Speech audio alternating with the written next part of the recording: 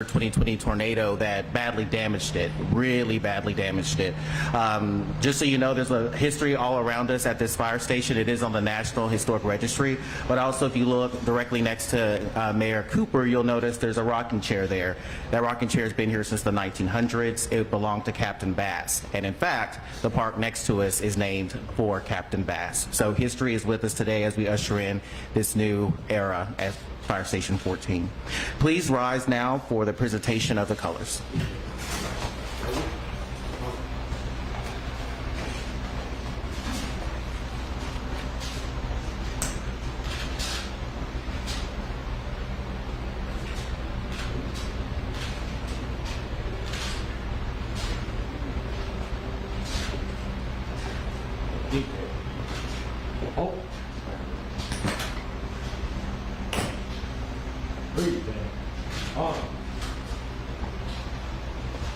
I pledge allegiance to the flag of the United States of America and to the republic for which it stands, one nation, under God, indivisible, in liberty and justice for all.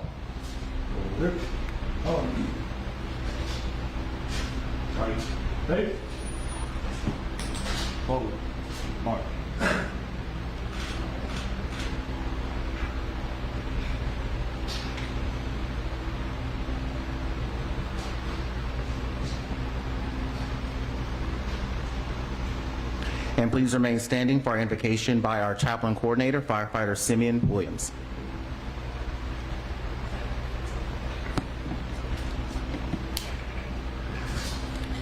Okay, can we bow our heads, please? Come here to dedicate this new building, the renovated building and all of its contents, and rededicate ourselves, fire officers, firefighters, medics, staff, apparatus, and all the implements of our trade. We thank you, God, for all that you've done for us and the people of Davidson County. This new facility will be the home of firefighters on a 24-hour shift basis to work, eat, sleep, study, train, and relax. And it will house the apparatus and all the tools of the firefighters at this facility. We're pleased to have this facility and the men and women who are part of this team. We want to thank God for this great gift to dedicate this building and pray for the protection of the men and women of this great department and service the people of our wonderful community. Amen. You may be seated. So all of our fire halls mean a whole lot to the communities they serve, but Fire Station 14 is extremely special because it's been here for so long, since 1914. And in fact, after the March 3rd tornado, there was a lot of concern amongst the community here that Fire Station 14 may not be here anymore or may look substantially different. At the forefront of that was Councilman Brett Withers, who made a very passionate statement at Metro Council shortly after the tornado about what this fire station meant to the community. Please join me in welcoming Councilman Withers. Thank you, everyone, and thank you all for being here. I'm really thrilled to see Box 55 here. Y'all are such big supporters of our firefighter and EMS personnel. I want to thank Chief Swan and Mayor Cooper both for being here today in District 6, but also especially for prioritizing work on this building. You know, in East Nashville, we like to argue a lot, and if you've ever been on the East Nashville Facebook page, you know how much people like to hate things. But when I finally got the announcement that the tarp is on the way and it's on the property, that kind of broke the internet. Like, that was the one thing East Nashville could all agree on.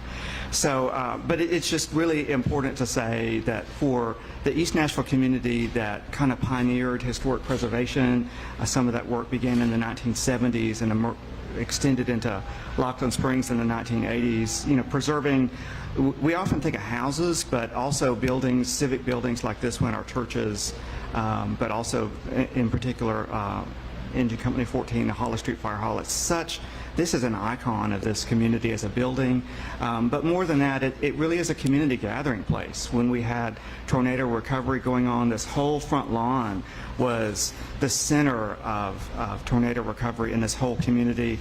We worked with our firefighter personnel that we had then and distributed People were cooking food, just whatever they had. It was right before COVID, but it was just such a celebratory environment here, working with our firefighter personnel and cooking food and getting meals out and telling people, volunteers, where to go. This was absolutely the center of tornado recovery here in District 6. And all that time we were worried that this building wasn't going to make it because the roof was gone, and we were worried that the structural integrity was poor. We do have historic preservation zoning in place in a lot of East Nashville. Nevertheless, even if you go down Holly Street, there are any number of historic buildings that we have lost.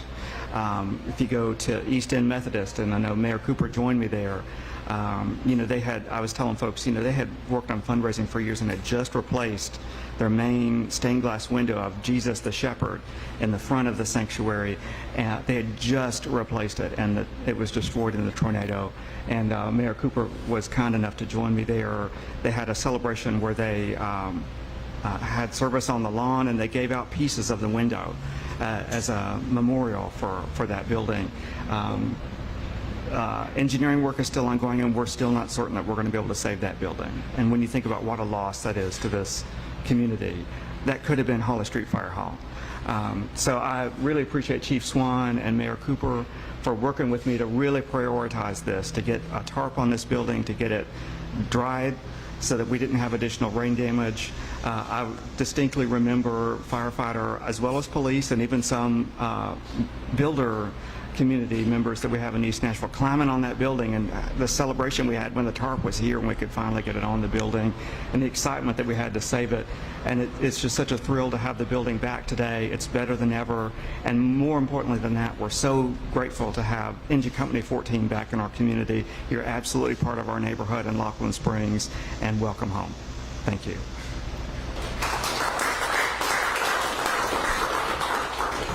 Thank you, Councilman. Now please welcome Director Chief William Swan. Well, I also like to say good morning and welcome to Station 14. Again, this is an iconic place. It's a historical site.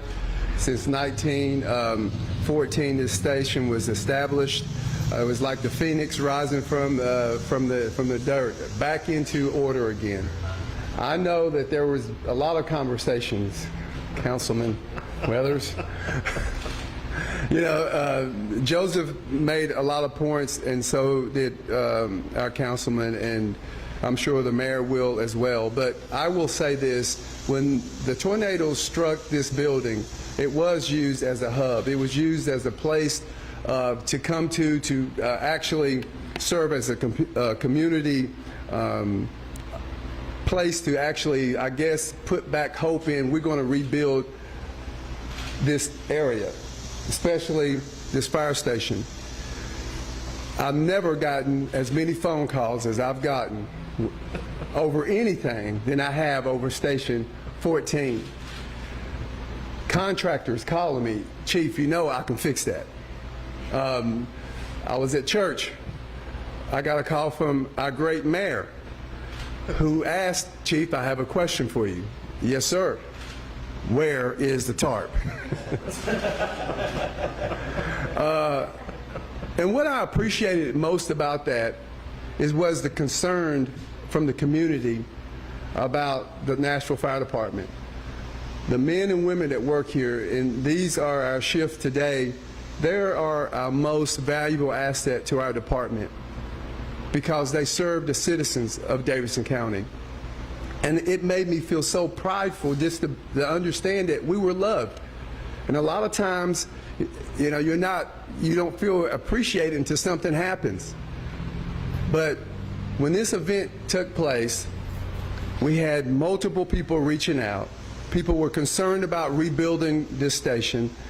We thank General Service, and I know Velvet's here, for all their hard work to help get things back into some type of working order. We know the Historical Commission played a big role, and that's why we could not allow anybody to build anything. It took 14 months to put it back together, because we wanted to make sure that it went back in the same order it was before the tornado hit. Also, we want to thank our IT department and so many people that helped put this station back where it's at. when I look out and I see Box 55, you know, the former chief of this fire department, and all the men and women that worked for that organization, that's a part of our family. We could not do this without you guys. We knew you were here. Hot dogs, drinks. It was just one big family. So I cannot be so more appreciative. I see Mark Young here, the union. They played a big role with everything that took place. It was a collaborative effort, and yes, I'm so appreciative that we have a mayor who actually not only ran on a platform about public safety, but he stood on it. Literally stood on the roof when it happened. And my point about that is he's active in the community. He wanted to make sure that everything that he ran on, he stood for, he stood by. So thank you for that, Mayor. Thank you for all the things that you've done for this great city, and especially for the Nashville Fire Department. So if you would, help me welcome the Honorable Mayor John Cooper. Director. Thank you, Chief Swan. One of the highlights of the last year of spending nearly every day with Chief Swan is to understand and appreciate his leadership of the fire department. I am a little worried that we're getting back to a phase where we're going to have to start spending more time with each other. But we'll get through this. Nashville is resilient. We don't want to have to keep proving it. But let me recognize Councilman Brett Withers. I mean, I think he found the tarp. I think he was the one who actually found the tarp. That's great work. And Mark Young and his team from AFF Local 140, who have done such fabulous work in getting us to where we are here. I'm going to say more about that in a moment. But we're really here because of the men and women, the firefighters in Station 14. To celebrate them, to honor them, their service to the public, and I know I speak for our neighbors in Lockland Springs in both thanking them and our shared commitment in preserving this beautiful building. And today is a celebration of that, and we're here because of everybody's hard work in doing that. And now let me just spend a little bit of time on what used to be called the Holly Springs Fire Hall. It opened in 1914. Now, it was the first residential fire hall in the South. So we think of it as old, but at the time it was like the most modern thing that was ever built by a city. And it was designed to blend into the neighborhood. We need to keep this in mind, Chief, as we build other fire stations around Nashville. It was designed to blend in, be part of the neighborhood. And it was designed by the city's first architect, James Yeaman. Now, it is still one of the most beautiful fire halls, not just in Nashville, but anywhere in the country. I would imagine that the movies want to come and film here all the time, and I think we're fine with that, perhaps, if they, you know, it needs to be in a good movie. If they behave. Sometimes. We're used to stars in Nashville. But the original community hall in this station was built by the firefighters of this station themselves. They built the community hall in the back because they were always connected to the community here in a very special way. Now, Captain Bass and his neighbors had the foresight to preserve the lot next door. And then here's something that's going to really impress you. It worries me a little bit. They bought it with a loan from the mayor. $1,500 loan from Mayor William Gupton, and it took them 3 years of ice cream socials to pay them back. So I hope I'm not the bridge financing for anything that's going to be required in the future. But I think you'll all agree it was worth it to have the beautiful green space. And Station 14 now was built to accommodate the first motorized fire engine in Nashville. Now, I was just hearing about how we have to have a special one to fit into this space, but it was the site of the first motorized. And that was something known as a triple combination engine. And it did the work, hard to believe, did the work of 4 horse-drawn trucks. So was it a 4 horsepower engine? I guess maybe something on that order. But it could do the work of 4 horses. It's really great. Now, I can only imagine how many horses are under the hood of that engine right there. But it arrived in East Nashville just in time, because there were 338 fires in Nashville during 1916. 2 years after the station opened, there were 338 fires, and one was the big East Nashville fire on March the 22nd. March is a tough month in this neighborhood, Councilman. It is. 650 buildings were burned, 3,000 residents were left homeless in the great East Nashville fire. Every apparatus, all, at that time in Nashville there were 120 firefighters. You would think we would need more than that to keep up with that, but back in World War I there were 120 firefighters in Nashville. They all responded to the fire, including the station right here, in the worst fire in Nashville history. And with their neighbors, they had to form bucket brigades. The fire engine wasn't enough. People had to pitch in and hand buckets to each other to begin to get a hold of the worst fire in Nashville history. But there's been a special relationship between the fire hall and their neighbors ever since. And we saw that again last March, on March the 3rd. The winds broke all the windows and tore out the roof. I can't even account. I mean, there was a lot of damage here. And at one point, I will say, it did seem dire about saving it, but you know what the answer was from your chief and your councilman and me too. No, we're going to save it. It's a symbol of our neighborhood. It's a symbol of Nashville. It's a symbol of our resistance. It's our oldest fire station. It's our most beautiful fire station. It embedded in the community, and to be a great city, you have to preserve your past and keep it authentic, and we're doing that right here. And to honor the neighbors who are making this a great city with this unique partnership. And the spirit of the community right here in Lockland Springs, I mean, deserves an investment to keep it together and not let a tornado ruin the authenticity and the community feeling that we have here. Now, we have made progress. With the councilman's help, now all 40 of them, most recently, but we have the largest metro pay plan increase ever. Now that's $30 million right there. Thank you, Joseph. But what does that mean for you? A firefighter, too, on step fire is going to be making $3,000 more starting in July the 1st. Paramedic, 2, on step 7 is going to make almost $4,000 more, right, just in 1 year. A change. We're hiring 55 new firefighters and 30 new EMTs. That's going to be the largest expansion in personnel ever. And the part of the capital spending plan, we're investing $14 million to replace Station 2 downtown. We've got an investment here. We're spending $15 million on new equipment to help in the fields, like an aerial ladder and pump trucks. We are serious about making Nashville a city that works for everybody. And that means you have to make an investment. Now, let me make a word about how that's accomplished. One, it's accomplished right here with a council that believes in the city and is working to make a great city and show some leadership, even though it may be difficult to do it. But I also want to thank the work done by IAFF and Mark Young in terms of making Nashville aware of the underfunding that has gone on in public safety for so many years and what has to be done to correct it.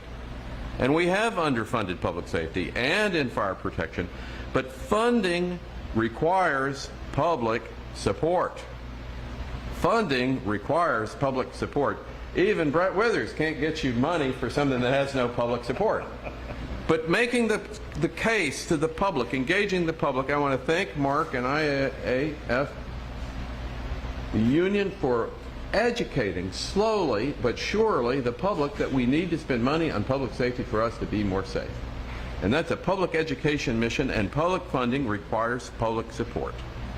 And I'm grateful to everybody that has joined in conveying that to the public. I'm grateful to the community for supporting our fire hall right here, as they should. It's, I think, a model relationship for how we're going to engage and be embedded and make this a great city, one neighborhood at a time, and to concentrate on the quality of the life in doing that. I'm grateful to the chief, and I go back. Nothing replaces the daily courage and commitment of our men and women in the field.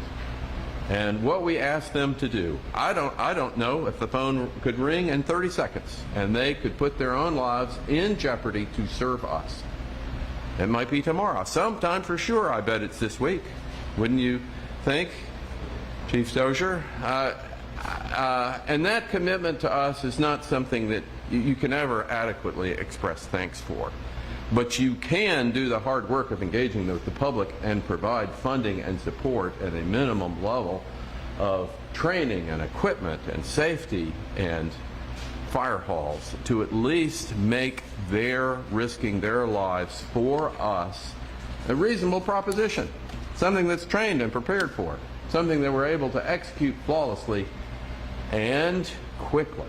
And our fire response times are a major deliverable for any city. How quickly that happens, how quickly can we engage and get people in the field, it's something that we should be measured on and are going to be measured on. And those response times have improved in the last years. And once we add all these new people and investments, I think that's going to improve even more. So with that, let me just thank everybody for being here. Thank our councilman, thank Mark, thank the chief, thank all our men and women in the field, and on to a great future for a city that works, but also works for everyone.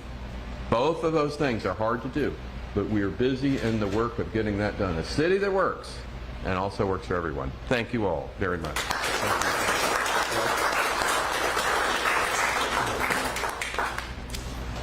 Thank you, Mayor Cooper. We're going to do the benediction here in a second, and then after that we'll be doing a quick ribbon cutting right here out front to officially welcome Station 14 back, although they've been busy since they've been here since May the 4th, but today's the day we actually get to cut the ribbon. So once again, our chaplain coordinator, firefighter Simeon Williams.